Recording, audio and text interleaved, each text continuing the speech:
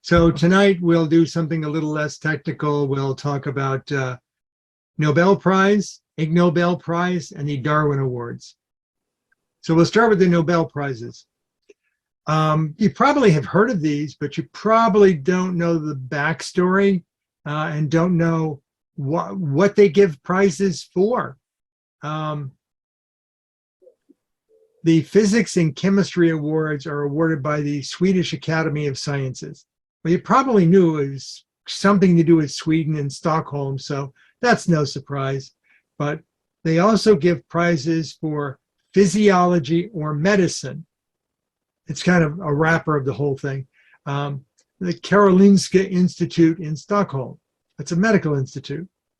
They also give a Nobel Prize for literature. Mm-hmm. It's the actual academy, the Swedish Academy in Stockholm awards that. And you've probably heard of the Nobel Peace Prize. That is a separate but similar prize. It's selected by a different group of people at the Norwegian Storting. Oh, it's Norway, not Sweden, that awards the Peace Prize. How many people knew that? And it's only a 5-person committee that if you can convince 5 people, you've done something towards the less war, more peace, better livelihood for people, you can probably be submitted for a Nobel Peace Prize.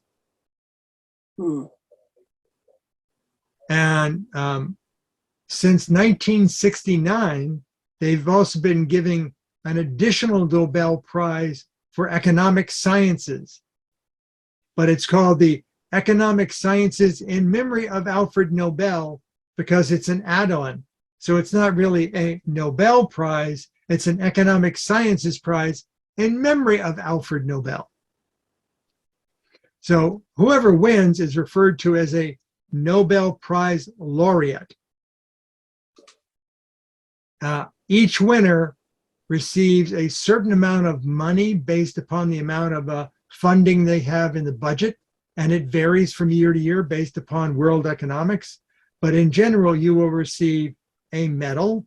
It's not pure gold, it's a gold alloy, but it looks very much like gold. A diploma, a certificate that says you're a Nobel laureate. And as of this year, you win 10 million Swedish kroner, which is $897,000. But if you're not the only individual on your prize, if you're like a group research team, then that money has to be split amongst all those that are in that group winning the award. Yeah. Prizes can be won by individuals who are not Scandinavian, so it's not biased. And that's actually part of Nobel's statement. The formal presentations of the awards takes place always on December 10th, the annual death date of Nobel, in Stockholm, Sweden, for physics, chemistry, medicine, literature, and economics, and in Oslo, Norway, for the Peace Prize on the same day.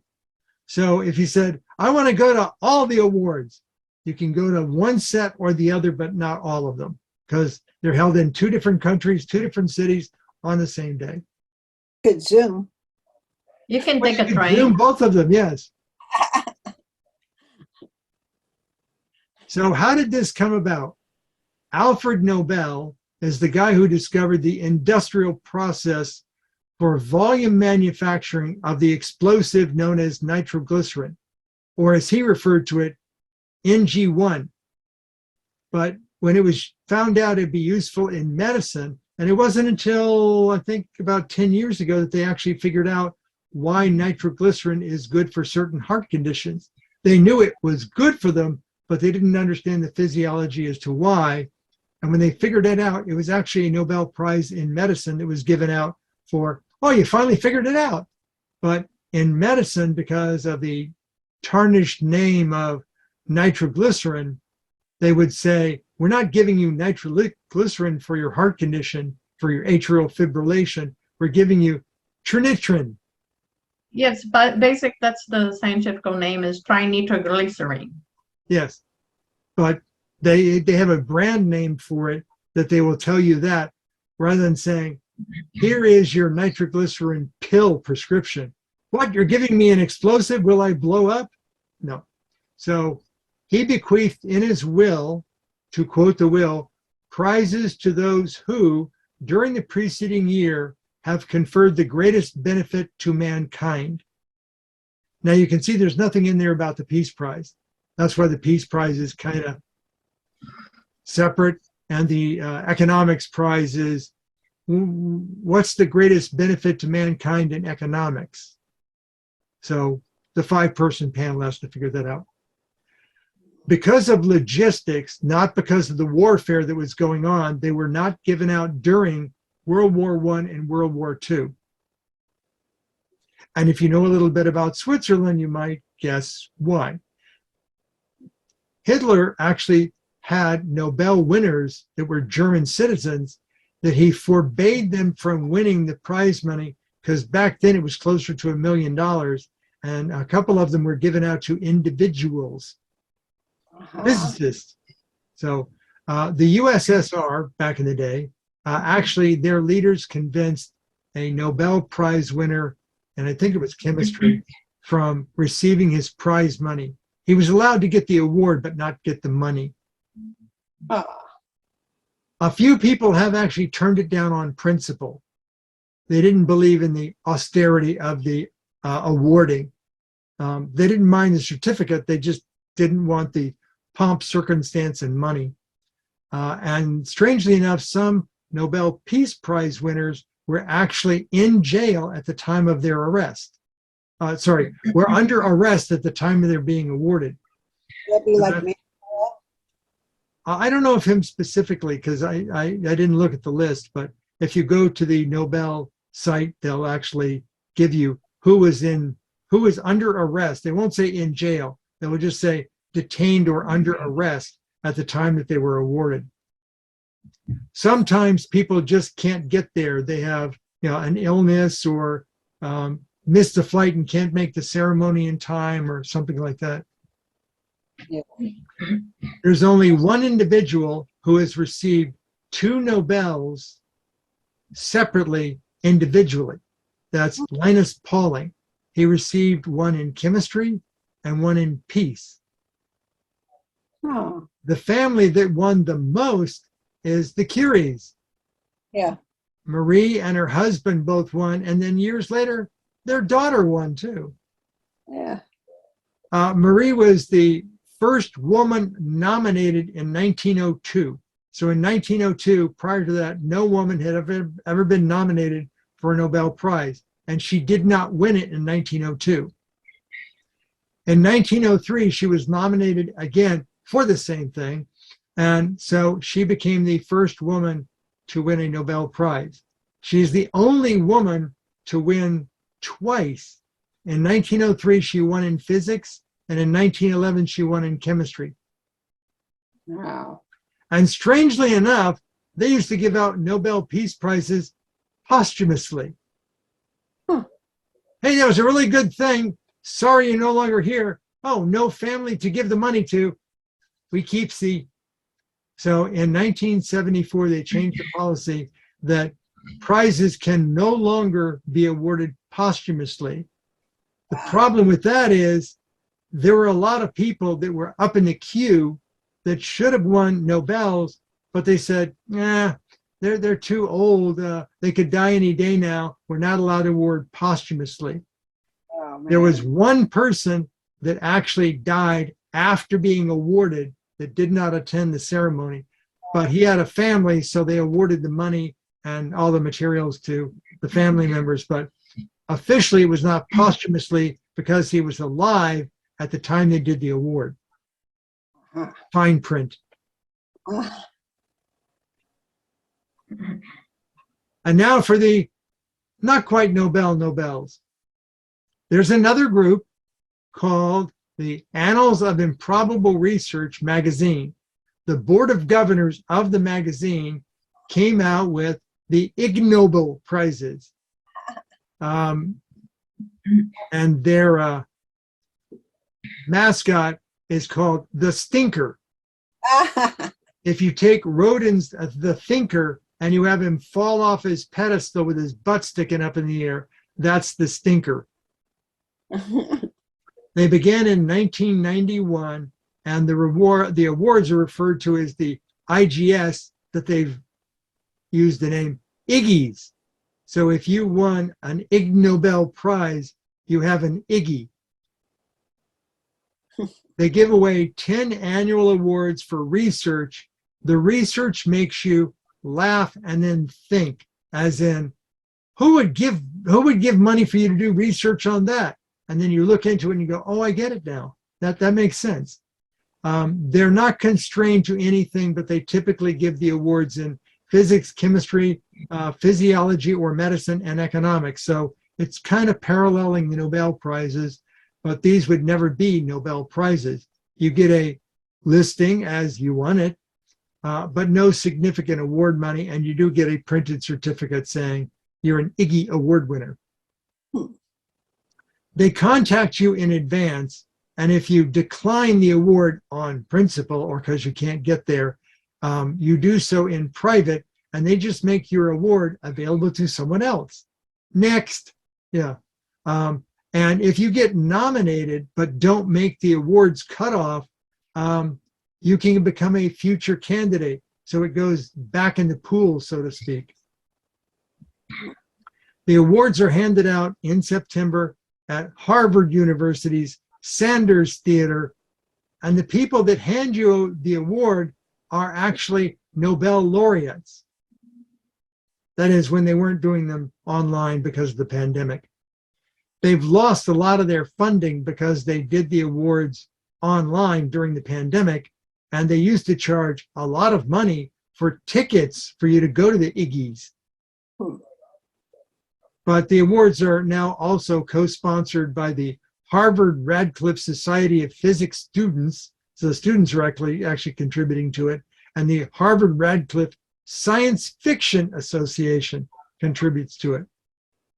It's very typical that after you get your Iggy, that you attend the Ig Nobel Prize ceremony, which is 2 days after you actually have the award ceremony, and you give lectures at MIT.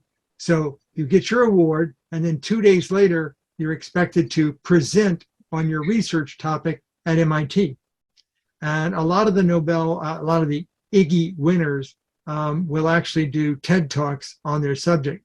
So you can learn the not so funny after all aspects of the research they were doing.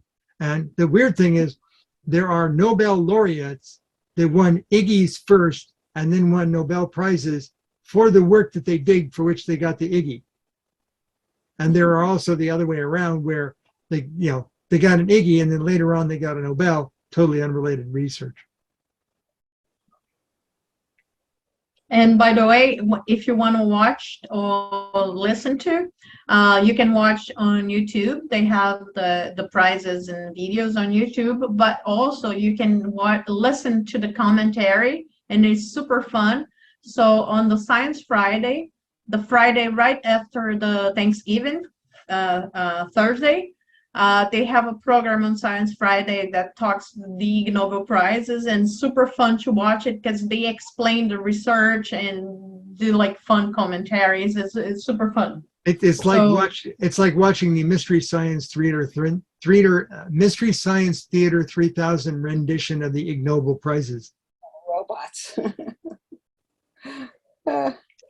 And then there are the Darwin Awards. The Darwin Awards, Darwin was long gone by the time they came up with the Darwin Awards. They're meant to poke fun at the fact that Charles Darwin's theory of evolution said that the unsuccessful lifelines, those that are not fit for survival, they end, and that's how you get the improved evolutionary forms of life, is the ones that didn't do it right didn't survive for a variety of reasons. So they actually said, why don't we do something like that for people? So for reasons other than purposeful suicide prior to procreation, they should be posthumously awarded. So the criteria is reproduction. Are they out of the gene pool after the occurrence of the event? They can be either sterilized or dead. So if you do something that results in your sterility and you have no children, no offspring, that's okay too. You didn't have to actually die. That's a loophole. But typically it's you did something so stupid, you wound up dead because of it. Self-selection. You made a boneheaded maneuver that caused your own demise or sterility. Excellence. It had to be sublimely idiotic misapplication of judgment. Like, what if I did that? You're an idiot. How can you not know that would kill you? Or that would lead to your maybe untimely death. Maturity. They can't be like teenagers doing dumb stuff. You have to have had some maturity so you have otherwise a capability of sound judgment. Anybody in their right mind would never do that. So you had to be in your right mind. And veracity. This can't be something somebody faked, so it can't be like fake news. It had to actually be something that took place. So if you died as a result of it, there has to be proof of the death. They're not actually presented annually. They're presented like when they get a good story to present. And they started circulating these event stories in 1993. Essentially, if someone does something incredibly ignorant, which unknowingly ends their existence or their ability to reproduce prior to procreation, they should be nominated for a Darwin Award. Lots of people do ignorant things which ends their existence.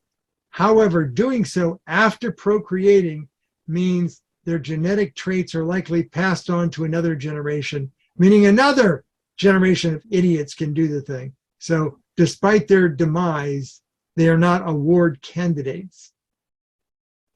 Candidates are submitted online, so anybody can submit a nomination for a Darwin Award. There's a website called The Slush Pile, and it's run by the same magazine that does the Darwin Awards.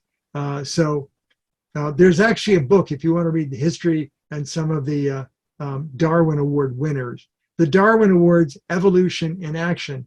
Somewhere in my house, I actually have a copy of that. I gave that to you one of your birthday.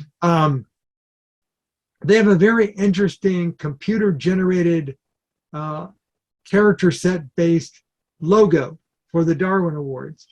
But they have a strong proclamation of copyright for the Darwin Awards logo. And they've apparently been known to come after people who were reproducing their logo. So over in the right, it says, I would have included a copy of their unique logo in this space, but they've explicitly proclaimed it to be a copyrighted work, and I do not have the time or patience, and certainly not the funding to obtain their approval for promotion of their work in my work, which is at no cost to them. Right. So you have to go look it up. Yeah, I remember one of the stories that we read at Fox that was like 3 people in a truck. It was a boyfriend, girlfriend, and maybe a cousin or something like that. And they were smoking pot. And then they decided that they were hungry and they want to eat bacon. And they didn't have any money. So they are driving around farms in a very far away area. And then they decided to steal a hog. So they went, jumped the fence and hit the hog with something. And the hog, looked bad. So they put the hog, over the fence and put in the truck and start driving away to eat the bacon. Imagine And then as they were driving around the mountains, the hog woke up and got really nervous, and they are massive. So he started moving one side or the other, and then made the truck flip on a cliff. 3 of them died, and the hog was alive. So that one of the ones that I remember reading in the book. That one was like hilarious. There's a number of them in there that are just... Yeah, but that one I remember and I found it funny. But the way I thought what happened, it was not that funny, because I'm not that funny when I'm telling a joke. But the way they write down the awards and they tell the story, it's well written that as you are reading, you're already crying and laughing. It's really funny. And then Even though it's someone's demise, it is funny. they give you all the outs, like, what were they thinking when they did that?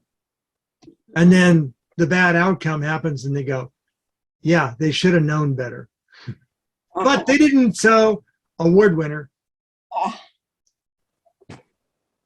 my goodness. So if me and Monroe driving on one car do something stupid, we are, award winning. Neither one of us have recreation. Neither one of us have offspring, so we're candidates at the moment. Yes. So if one of us has never had kids, you're a candidate. If you do something stupid, you could be awarded. So if we go up to Cape Canaveral and we sneak over the fence at the seashore and Artemis blows up and takes us both out, submit us for Darwin Awards. So in conclusion, any individual or group with an online presence can, at near nil cost and effort, create and present awards for whatever reason they want. Individuals can receive awards without even their consent. So you can make up an award and give it to someone, and they don't have to be, approve of the award you've given them. The rules for submission and awarding, there's no requirements to be unbiased. It can even be arbitrary. Doesn't even have to be fixed year to year. If the award administrator can identify a good source of funding, such as selling tickets to an event, they can have an award ceremony. Maybe at a venue somewhere, with or without food and drinks, and all the better if they can get unpaid presenters. I did find out that the Nobel laureates that present at the Ig Nobels, they get their transportation covered, but they get no presentation fee. Oh. So they're doing it for free. So the good thing they're in Harvard, because like half of the teachers there have Nobel Prizes. And that's how they get away with it, is there's no transportation costs because they all live nearby. So your award winners don't have to have done anything in particular, and you don't have to give them anything particular. You don't have to give them a medal or a certificate, certainly no money, and you might not even need to pay for their travel expenses to the award ceremony that's honoring them. We're going to give you this award. Look at our prestigious name. Oh, no. You have to attend if you want to get the pomp and circumstance, but we're not covering your costs. So how about a Broward Astronomy Awards program? Okay, put that in my spam folder. Yes, for the most obvious truth deliberately excluded in a public release. This is always my pet peeve. It's the BA awards or the BAs. And our mascot... You could be Beta Alpha Awards. No. Read what the next part of it is. The mascot is a shorn black sheep, as in Ba. Oh, okay. They're called the Bas. That's a good one. Because you're too sheepish to include an underlying truth that might have otherwise diminished the notoriety of your release. But once you read the article, it's very easily realized. Maybe you'll receive some money. How about 1/10 of 1% of the ceremony net proceeds, but never less than $1. Plus, we'll give you a printed certificate, and as the award, we'll give you a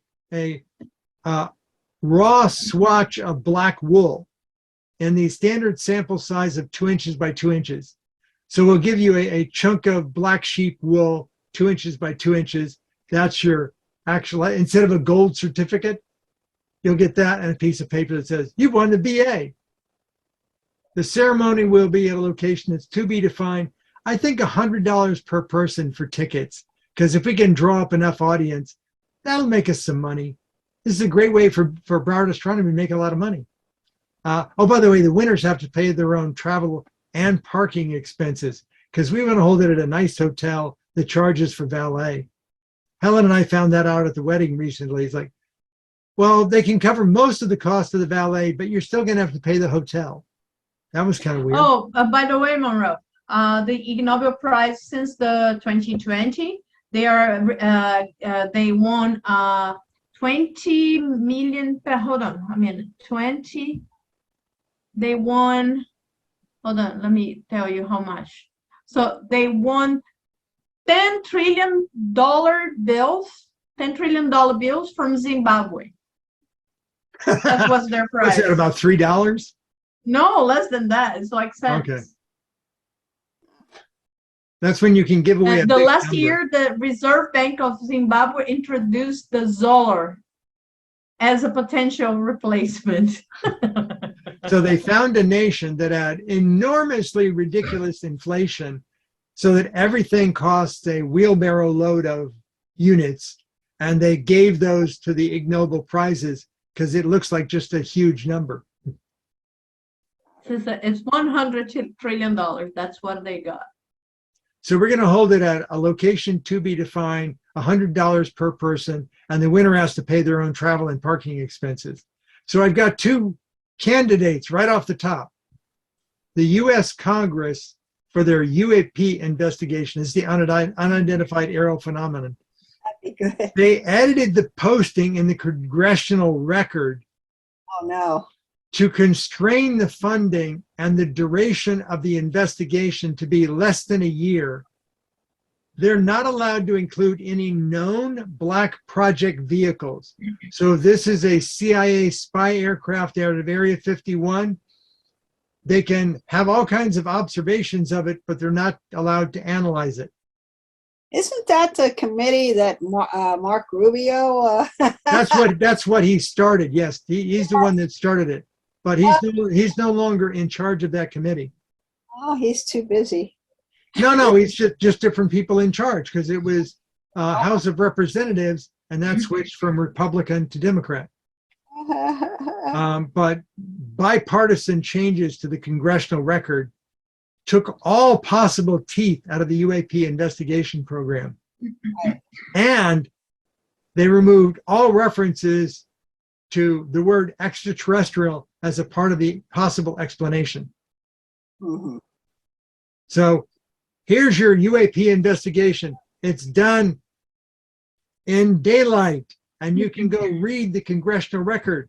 And I think maybe 4 or 5 weeks ago, I actually brought that up during our news segment when I showed you the edited record where Congress said all these wonderful things about the UAP investigation program and it's going to receive funding. And then they came back and made edits to the congressional record, which Congress can do. They can edit the official record. And the big ad was submersibles. They added submersibles, but that gave them the opportunity to go back in there and change the program to shorten it, reduce its funding, and say what they can't report and what they're required to report. So that's the first candidate. For the congressional investigation or for the UAPs, you do like a bored or pissed off sheep. But for the asteroid kind of thing, you make one that is like afraid. No, I think they both deserve the same thing because they're leaving. I mean, when the first congressional record came out and everybody heard about the UAP investigation committee and they're going to have NASA do it and they got all these noteworthy people, it all sounded really great.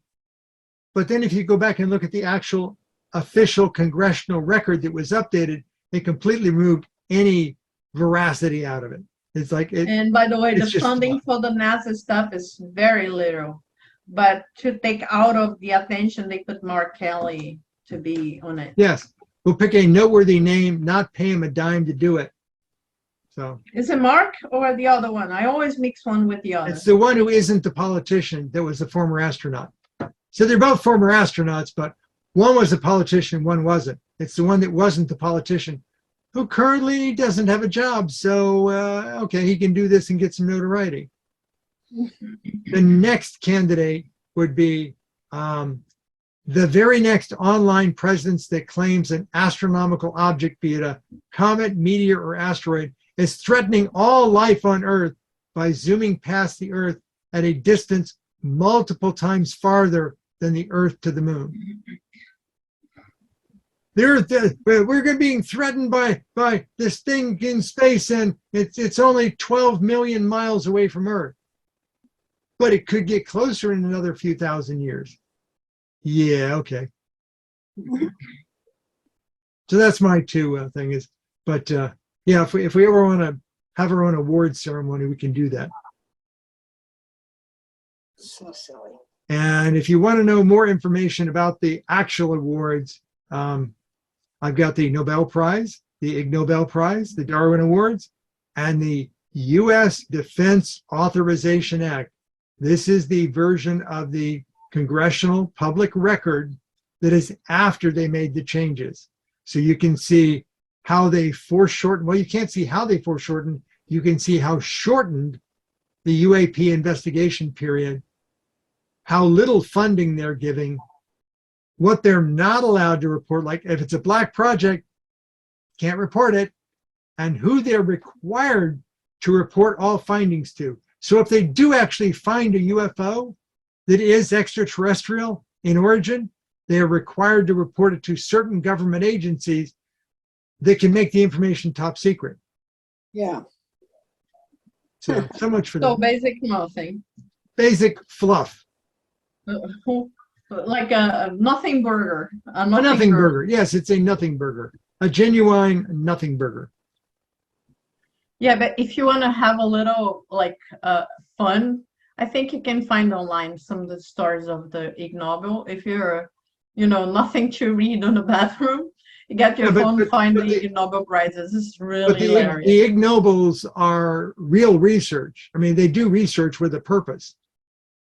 So no, I'm saying the Darwin Awards. The Darwin Awards are just for fun. Yeah, read those. Yes. What's also fun is not only the Darwin Award winners, but the people who were rejected from Darwin Awards because they survived.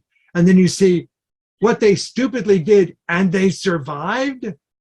Yep, that means they aren't a candidate for winning. But they got submitted anyway. I always was curious is that if they do something stupid and they kill the whole family, like they reproduced, but they killed whatever I don't remember that being a clause. That's not in the criteria, so I want to know if. What if you take out the entire family? Take out the parents and the progeny? I don't know. Yeah. I don't know. Because that one would be another one. There was one that was submitted that they said, no, we're not going to do that one. That's in poor taste. You know what it was? Yeah, because it needs to be funny. Right. You know the one that they submitted that they said, yeah, it's true, but we're not going to do it. What? JFK Jr.'s plane crash. Oh, okay. Yeah, because it was just. He didn't have any kids, and he did a dumb thing with an airplane. They could submit John Denver, but he already had kids. Yeah, John Kennedy Jr. flew into a storm. Yeah. And he shouldn't have. Yeah, he should have known better. He's a experienced pilot. No, he wasn't. That's the problem. Well, he had no instrument rating, and that's correct. the reason. Yes. That was his problem. And nobody had the guts to tell him, don't do it, you're not ready yet. And, being a Kennedy, told him, go ahead and try it. That's what happened. But he was IFR certified. No, he was. wasn't instrument rated yet. No. was doing a That's course. VFR. VFR, yes, but not IFR. Not at all. Yeah, Manuel's Okay, correct. yeah, I got it backwards. He didn't have enough training for that kind of flying, that kind of weather. A lot of pilots didn't fly because of that. But he had to get- shouldn't. No, he shouldn't have. Of course not. Correct. Yeah, even They have people some- who are IFI, if they can not to go, they will not because it's not safe. Yeah. I mean, they cannot prohibit him, but it was not a wise decision, obviously. They have something they call get their itis. Yeah. And people fly with low gas. They want to get there, not stop for gas. So they take a chance. And he had to get to that wedding, so he took a chance. Yeah. Yeah, I watched a guy in a paraglider, a video on YouTube where he just suddenly got the idea that if he put some gas stops along the way, he could fly from the east coast of Florida to the west coast of Florida in the same day. He ran into a headwind and consumed too much gas too quickly, and his gas supplier had to chase him down to give him gas, and it took him so much time because he had to wait on the gas to arrive that it got dark, and he ended the trip because he said, I just don't feel safe flying at night. You're in a paraglider, of course not. Yeah, good choice. Yeah. Is that Darwin Awards? Is that the same with the flying pig as a symbol? Yes. Yes, I think Yes. so. Okay, that's what Yes. we heard. Okay. Well, they kind of lost out on that because many years ago, there was an animation that they did on the Commodore Amiga of pigs flying because somebody said, I'll buy a computer that can do that when pigs fly. And so the folks at Lightwave said, here's your pig flying. God. Yeah. Okay, anything else about tonight's presentation?